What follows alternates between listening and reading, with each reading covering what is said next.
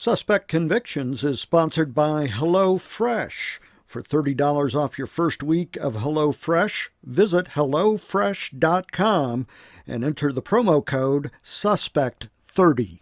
Suspect Convictions is sponsored by Casper. Get $50 toward any mattress purchase by visiting casper.com/suspect. Suspect Convictions is sponsored by Harry's. To get your free trial set, including a razor handle, 5-blade cartridge, and shave, go to harrys.com/suspect.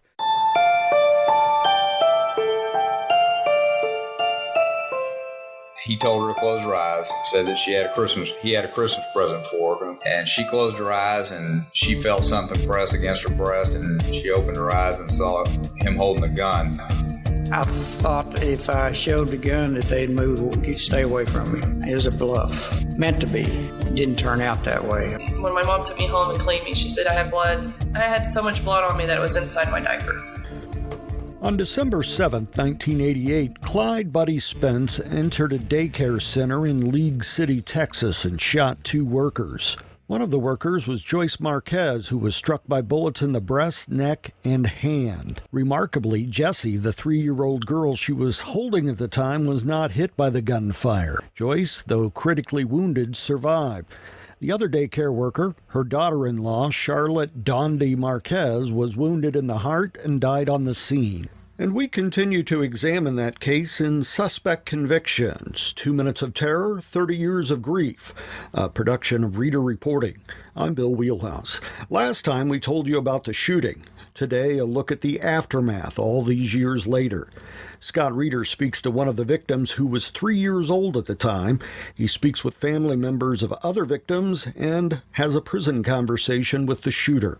All ahead on this summer edition of Suspect Convictions. The prosecution presented rightly the 2 victims of the case were the woman that was wounded and the woman who was killed. But I've always wondered about the other victims in the case, all those children who witnessed this murder. I mean, how did it affect them? Was it a lasting impact, or are children just so resilient that they can get past something like this? I've always wondered that, and so there's a lot of aspects of this case that just have always fascinated me. And about 15 years ago, when I first met my wife, I told her about this story, and she said, "Scott, you've got to go back and talk to those children. You've got to go back and revisit the case. This is just something that people are going to want to know. I mean, what is the lasting impact of a crime? And this is a 5-10 minutes of violence, and what's its lasting impact 30 years later?" I got to talking with my wife again about it, and I said, I'm going to go back to Texas, and I'm going to hunt down people that were involved in the case, and I'm going to interview them, and I'm going to see if I can find some of the children that were there and talk to them as well. Scott located Jesse Ward Triplett, the 3-year-old who was being held by Joyce during the shooting, and he brought the 2 together. He shot me here, and I had her on my hip over here. I wasn't a very big person back then. So how old was Jessica back then when... She was 2, I think, or 3, just turned 3. Mm-hmm. I don't know. Mm-hmm. She was just a little thing. Now, Jessica, you said you actually remember some things about what happened that day. I just remember her picking me up. I had a bunny, and I was going to bring it, actually. And it still got blood on it. It still has blood on it, yeah. Yeah, but I had that little rabbit with me. But, after that, I remember more so after the fact. Okay. Because I had problems with... I didn't talk very much back then at all. Uh-uh. And because I had tubes in my ear. But now I don't shut up. No, I'm just kidding. But I would go and grab my mom's legs and say, "Bad man." So I think that's what I did with you. It's when I was trying to climb up her, I was trying, I knew something was wrong, and so I was trying to grab her and, I don't know, protect her. I don't know what I was doing, but I was like, I'm going to grab onto your legs and not let go. And she didn't. Yeah. And so I don't remember. I just remember a trench coat. He was wearing some long coat. Am I right? It was a longer coat. He wasn't wearing a longer coat. But he had a coat draped over that Yeah, gun. it was like a long coat Okay. or something. Yeah, because I remember him coming in and her screaming because it was a lot of chaos. But anyways, they had taken all the other kids outside or out back or in a room. It was back somewhere. It was out on the back playground. Yeah, so I don't know. So, but, obviously it had to be a pretty scary thing. Do you remember being afraid? Oh yeah, I was scared. My mom took me home when she showed up. She said that she didn't know what was going on. She said that it was, they had the tape up and there was EMTs. They thought a wreck had happened because it was blocked off. So when she did find me, she said that I just had these eyes on me, like I wasn't saying anything. I hadn't said anything. I was just standing there holding my little rabbit. And she said I had blood everywhere. They tried to clean me up as much as possible. I do remember sitting in the back of the EMT and they were trying to get me cleaned off. But I had this, I guess it was like this thing that went over my pamper or something. I don't know. I was wearing pull-ups. I remember that. And so it was like a light pink thing. Anyways, it got inside my diaper. Like when my mom took me home and cleaned me, she said I had blood. I had so much blood on me that it was inside my diaper. And then that whole week, she said I was having really bad issues with like sleeping at night. And I was in the hallway, and I would say, "Get the bad man." There's a bad man. Has it affected you later in life at all? I've had people ask that because I was so little that they're like, how do you remember stuff like that? But I mean, how do you honestly, even if you did forget it, it's in your subconscious. And they say like the most prominent years for that is between, I think, 2 and 10. But yeah, I went through a pretty bad marriage and abusive marriage. And then we went to marriage counseling, and the counselor took us and we did separate sessions. And I was trying to put everything I could into it. And then she goes, tell me about your past and what you've been through. And I did. I told her, I went through this shooting. Joyce says she's proud of what Jesse has achieved, but remains concerned that she remains scarred by what she saw at the daycare center that day. Because I was holding Jessica when he shot me. Mm-hmm. So she was traumatized. I still really think she's having trouble with it. I can't swear to it, but She said she was. She was splattered with blood, and she was holding a little rabbit, I think, a little pink rabbit, and she's still got it. She said it's still got blood on it. I was going to bring it and show you. The scars from that day remain evident in the lives of those who witnessed the shooting or loved Dawndy. But what of the other side of the equation, the shooter and his family? At what point should we stop punishing and allow someone to return to society? Well, Bill, that's a tough question. Some would say that even his death should be the punishment. I mean, Dawndy's sister believes Spence should have received the death penalty. But Mike Garino, the district attorney who prosecuted the case, says this particular murder didn't meet the criteria for capital punishment. And the jury in this case chose to sentence him not to life in prison, which he would have been eligible for. Instead, he was sentenced to 30 years. He'll be released soon. But one thing I know for a certainty is that Buddy Spence not only devastated Dawndy's family, but he also hurt his own family. I'll never forget seeing his mother testifying in court, begging the jury to give her son a break. I felt bad for her.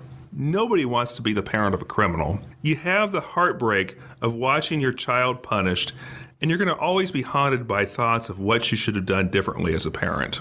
League City Assistant Police Chief Gary Ratliff says he remains perplexed by Clyde Buddy Spence's thought process. Well, he was not from a background you expect to become. I know that everybody has the propensity to commit crime, but he was from a very middle-class background. His father was a pastor. Was there any impression there? When you were talking? I don't know if what was going on in Clyde's head at the time. I don't know if he was looking at Monique as his bride-to-be and that he felt it was all going to be worked out that way, and when it didn't, it shattered his world, I guess. I don't know. It was not, he didn't have the typical criminal background that we would have expected from that type of action in a daycare center, much less. This is a little digression, but I remember his mother from the trial. She seemed like a very sweet lady. She was, or she is. I don't know if she's still alive or not, but at the time when we met with them, there was no question in our mind that she was withholding information from us or anything like that. It was very surreal. I mean, the whole situation was. Just ahead, Scott talks with Clyde Buddy Spence in prison on suspect convictions. Would you like to be doing more home cooking? Consider HelloFresh. We like to think of HelloFresh as a farm-to-box company because we want everyone to have access to fresh ingredients that inspire great meals. But we don't stop there. We're also a couch-to-kitchen company because the best way to kick those after-work excuses is by feeling unstoppable in the kitchen. HelloFresh currently offers customers a classic box, a veggie box, and a family box. Customers can order 3, 4, or 5 different meals each week designed for either 2 or 4 people, and there are new recipes created every week, and meals are now less than $10 each. And Scott Reeder says these are good, and he is a lousy cook. He has actually been a good cook by using HelloFresh meals, so it can turn your cooking around as well. For $30 off your first week of HelloFresh, visit HelloFresh.com and enter the promo code SUSPECT30. HelloFresh.com, SUSPECT30. This is Suspect Convictions. I'm Bill Wheelhouse. Scott Reeder traveled to Texas to chat with Buddy Spence in prison. Spence says one of the most painful times for him in prison was the death of his mother. She died in 2010. She was 91. Did she visit you very often here? She visited me quite often. Let's talk about the last 30 years. What's it been like for you? Well, prison's not a nice place, you know. There's when I first came in, it was quite a bit rougher than it is now, since they've got the Prius, which is a Prison Violence Act, which took quite a bit of the violence out. When I first came in, you didn't even get a case for fighting, but nowadays you get a case for even being in a fight, whether you started or not. I got to think that you had it pretty rough coming in here. You're a slightly built man, and were you a target at all? I mean, for violence? Well, back in 28 years ago, they had what they called trying you. When you came in, you was going to be tried one way or another. Generally, it involved getting in a fight with somebody, or somebody starting a fight with you.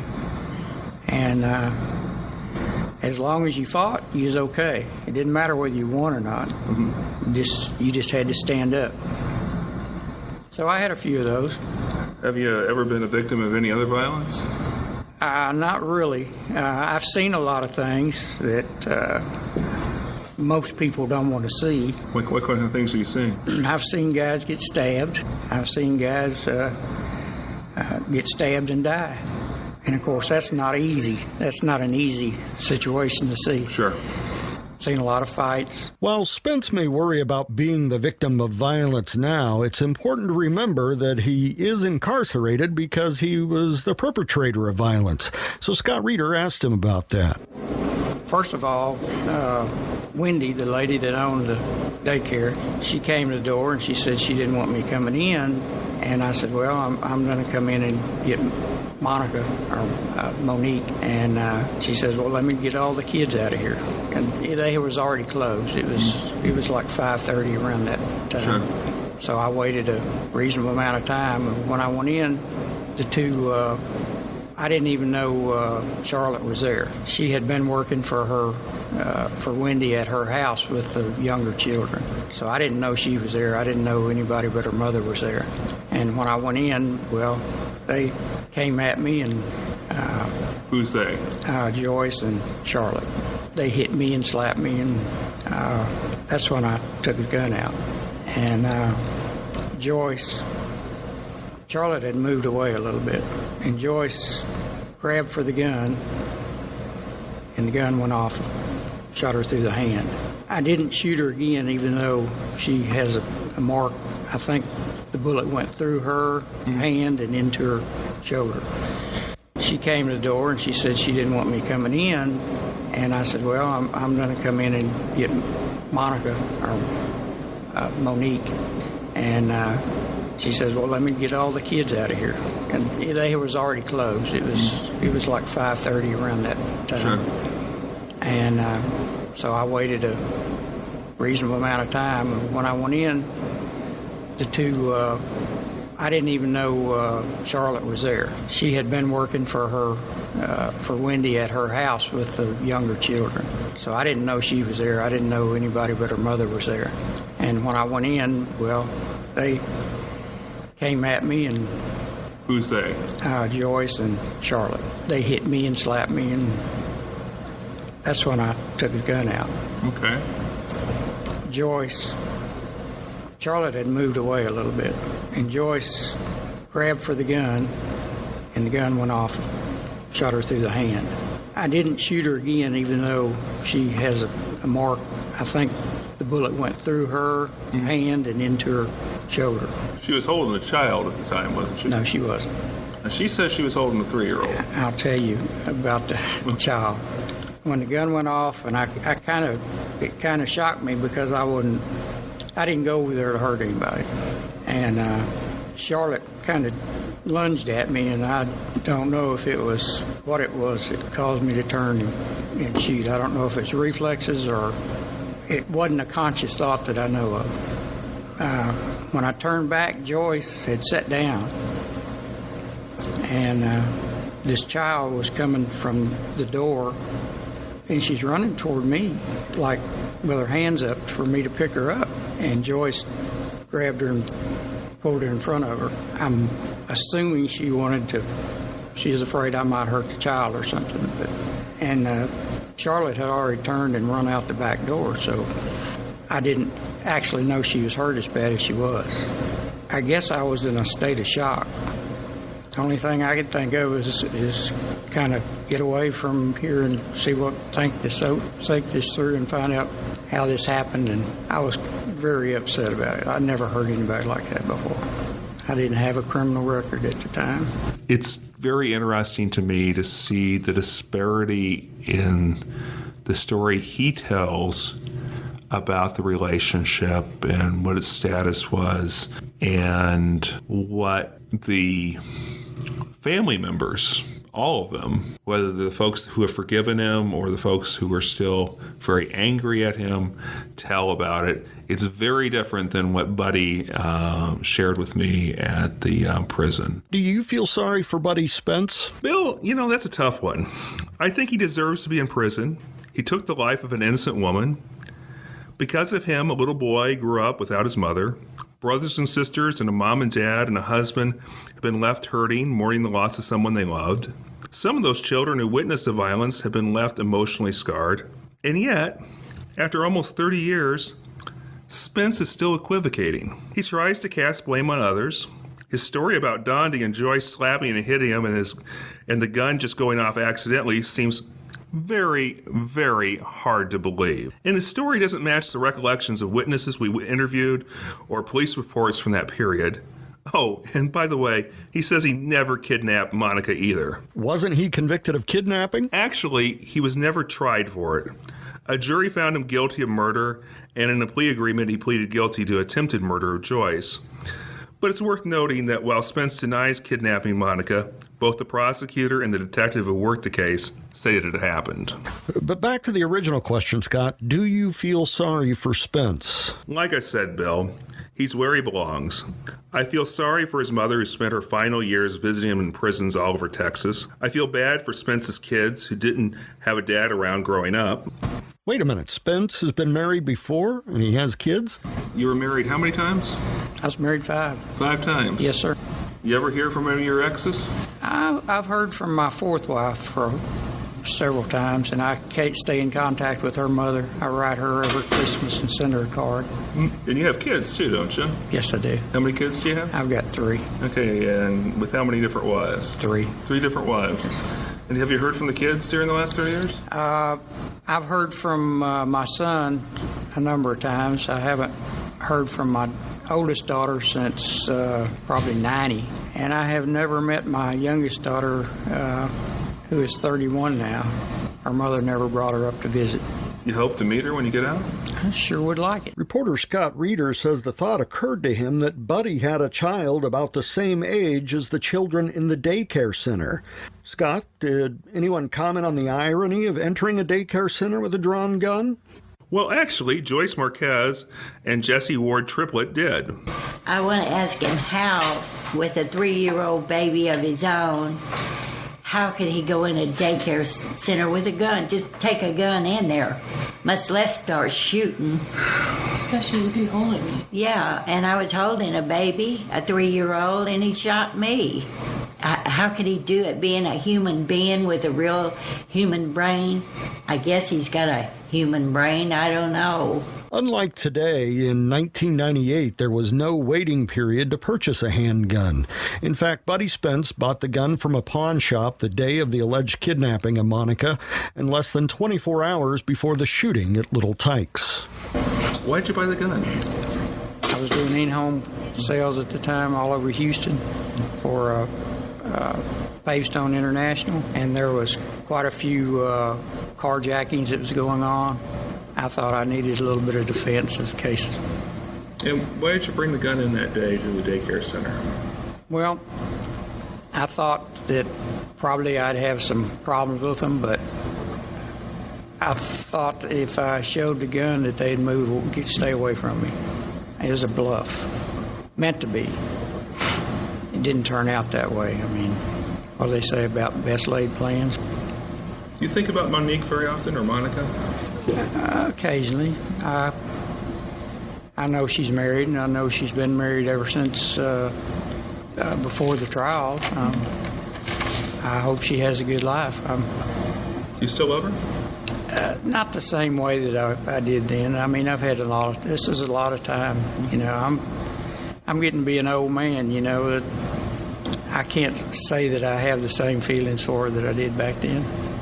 I don't dislike her.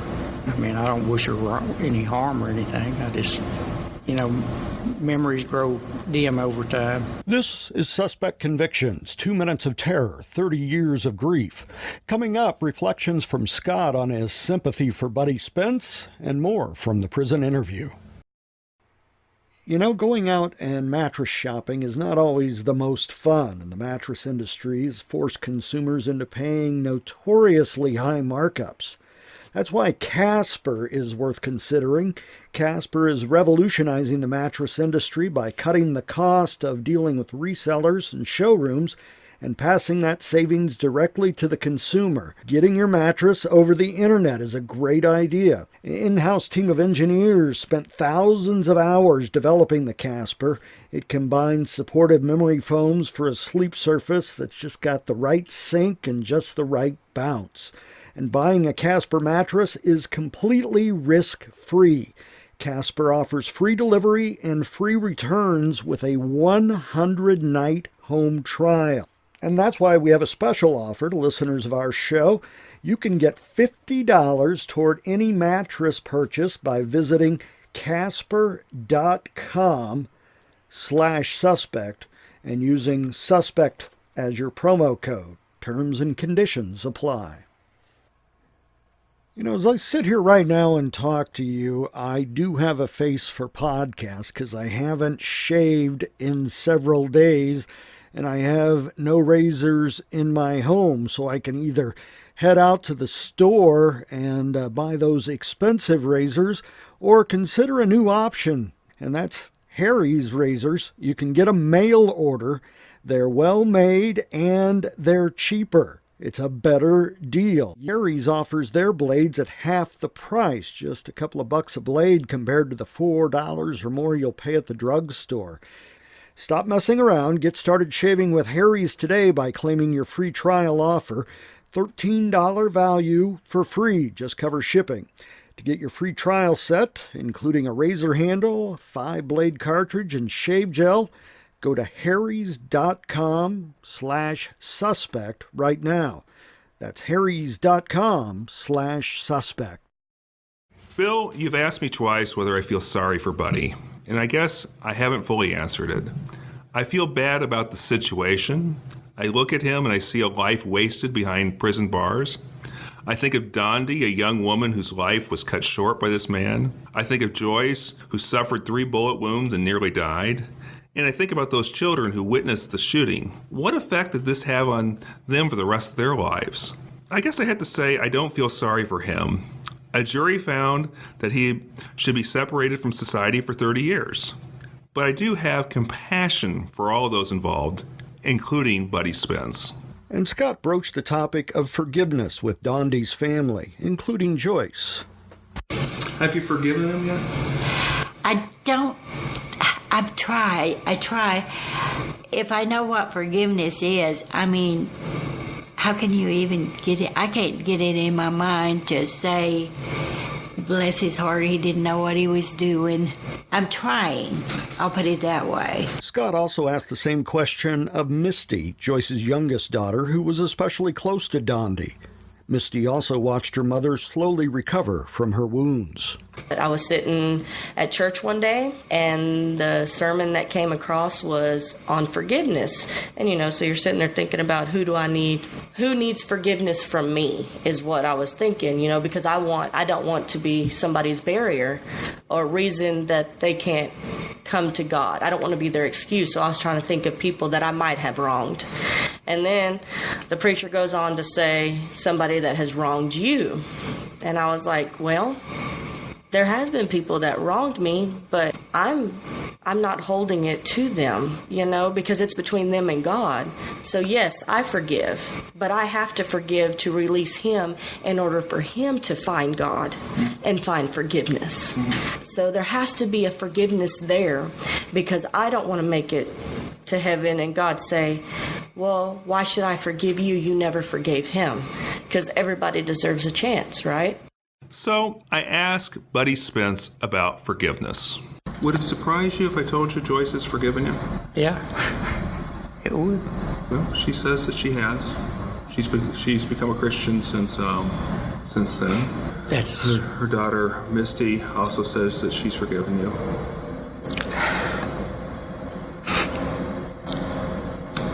Dawndy's sisters aren't there yet. I don't know if they want to get there either. What would you tell them right now? Saying you're sorry for something like that doesn't seem to be an adequate answer to probably what they're feeling. I don't know. Have you ever asked for the forgiveness? No, I haven't. I've thought that they probably didn't want anything to do with me, didn't want to talk to me, if they did, I would ask for it, but how do you ask for forgiveness for that? I know my God has forgiven me. And how do you know that?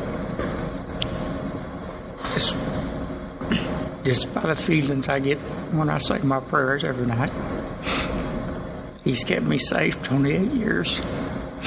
I'm not saying it was fun. It wasn't. It's terrible to be locked up here.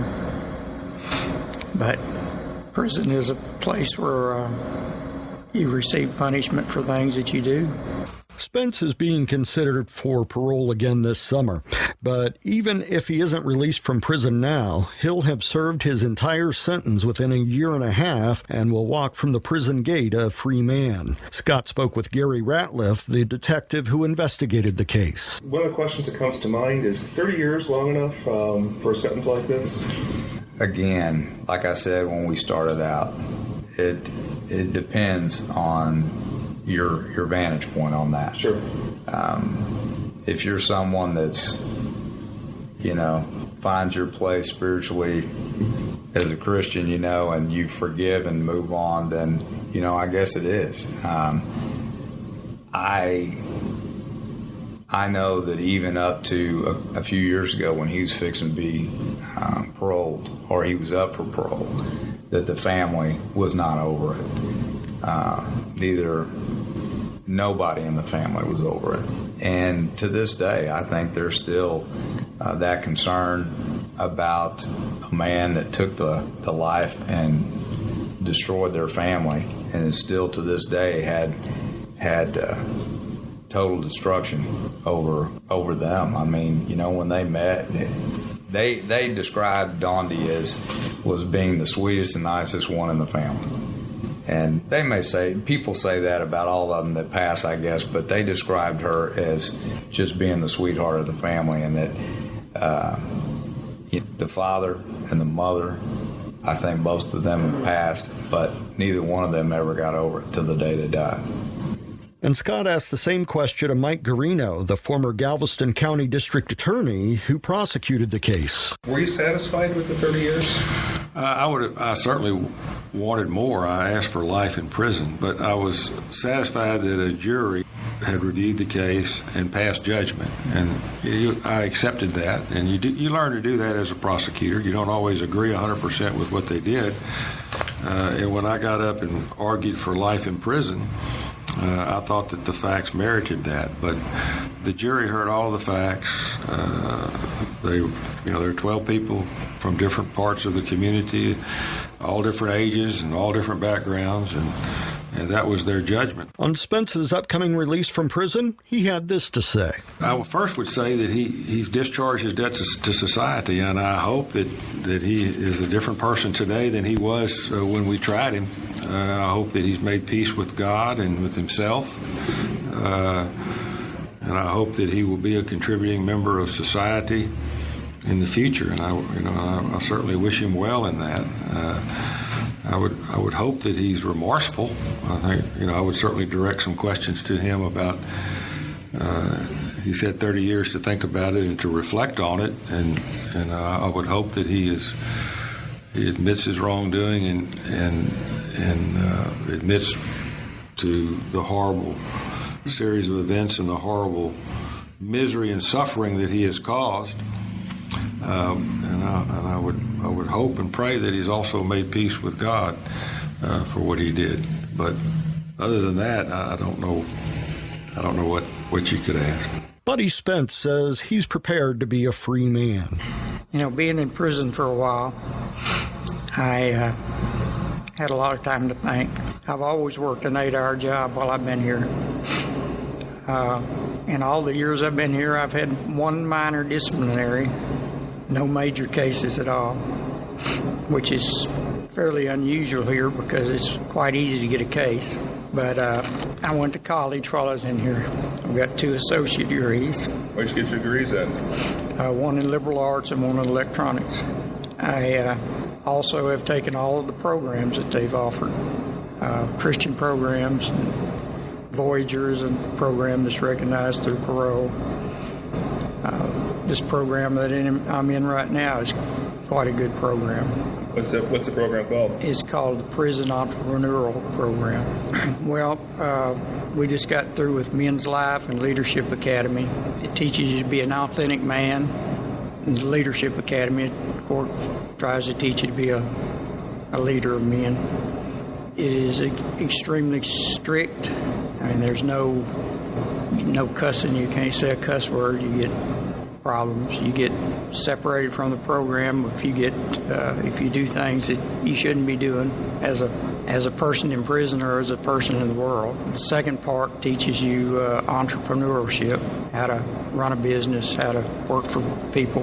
Cheryl Stiegel, Buddy's sister, struggles to forgive too, but her anger is not directed at her brother for committing the crime, but at Dawndy's family for working to keep her brother incarcerated. The sisters and brothers have really managed a campaign for a long time to keep him from getting parole. What are your thoughts on that? Well, my thoughts are, it's painful because, again, if he could have gotten out and had some time to spend with Mother, it could have changed her life, could have changed all of our lives.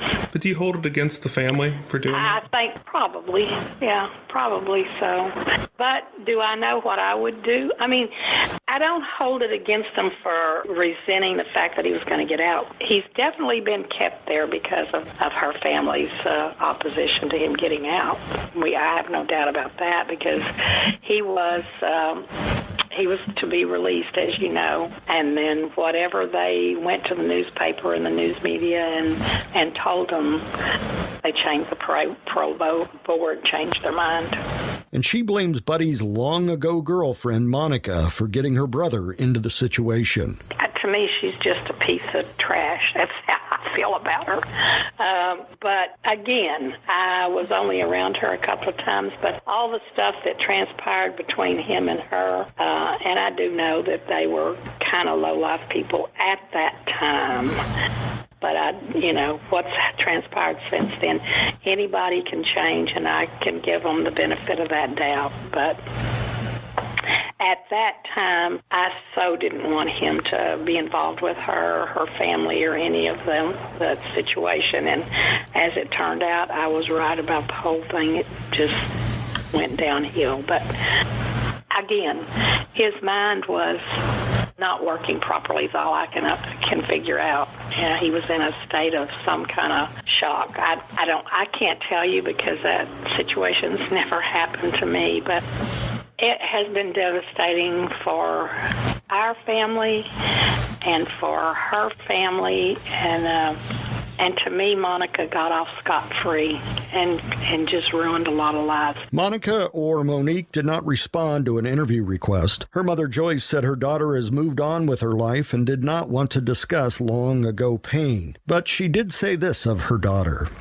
She don't talk about it much, but she's got her life is stable. She's been a nurse for 30 years or more. She loves her work, and she functions. She's got grandkids, and she's just a happy camper. As Buddy Spence nears release from prison, his sister Cheryl says he's paid his dues. Because he is who he is, and he suffered, and he'll continue to suffer the rest of his life. I mean, walking out of that prison is never going to give him free from his own conscience and his own guilt. It'll just put him in a different place. But yeah, it was a bad thing, and it will always remain a bad thing for two innocent families. We lost a loved one in our own way, and they lost a loved one that they won't ever see again. So it's devastating. Anything like this that happens is devastating. Thanks for listening to another edition of Suspect Convictions. Coming up next time, Reader Reporting tells us about a sordid story involving a substitute teacher in Iowa. And coming up in the fall, Suspect Convictions will examine in depth a possible case of innocence in a Central Illinois murder. For Reader Reporting, I'm Bill Wheelhouse.